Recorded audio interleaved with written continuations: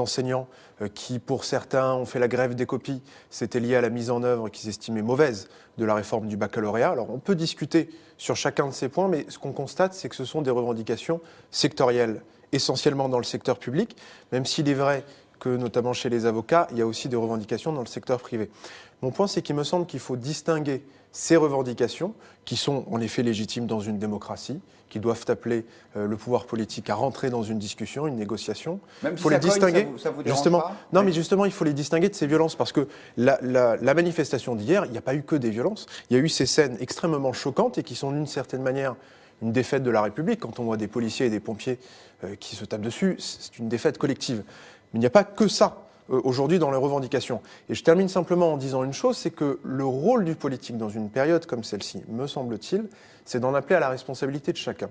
On sort quand même d'une période où vous avez un élu du Front National qui a exprimé son opinion que le président de la République ne serait pas de France.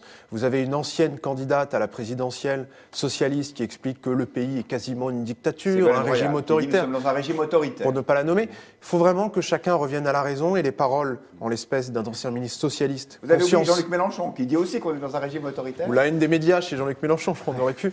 Mais en l'occurrence, on attend des voix et des consciences comme celle de Robert Badinter, simplement pour ramener à la raison. Il y a des revendications qui peuvent être légitimes, mais pas cette violence-là, et pas sous ces formes, en tout cas pas dans une démocratie. Alors le sujet vous passionne de toute évidence parce que nous avons beaucoup de réactions. Je vous les livre en vrac, puis après ça on demandera à Alexandre Devecchio son point de vue.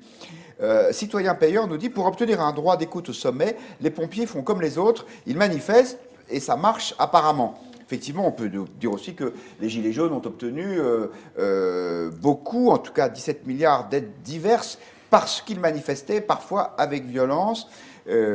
Chardon Bleu pense de la même façon qu'on ne peut que constater qu'il ne se passe rien dans ce pays tant qu'il n'y a pas de violence ou de grève. Et puis, il y en a qui relativisent.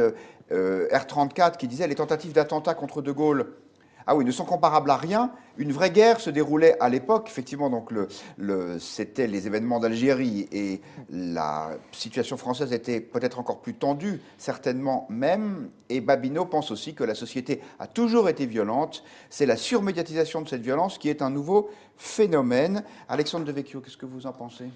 Déjà, dans les images, il faut distinguer les violences. La première, avec la tête au bout d'une pique, c'est une violence purement symbolique. C'est plutôt des codes de la gauche radicale qui ne sont pas les miens, mais enfin, ça existe depuis la Révolution française. Pour le coup, je suis plutôt d'accord avec Luc Ferry. Pour le coup, pendant la Révolution française, ça existait en vrai, mais ce n'est pas pour ça que quand on utilise ces images, que ça va se traduire dans la réalité. Je crois qu'il faut distinguer justement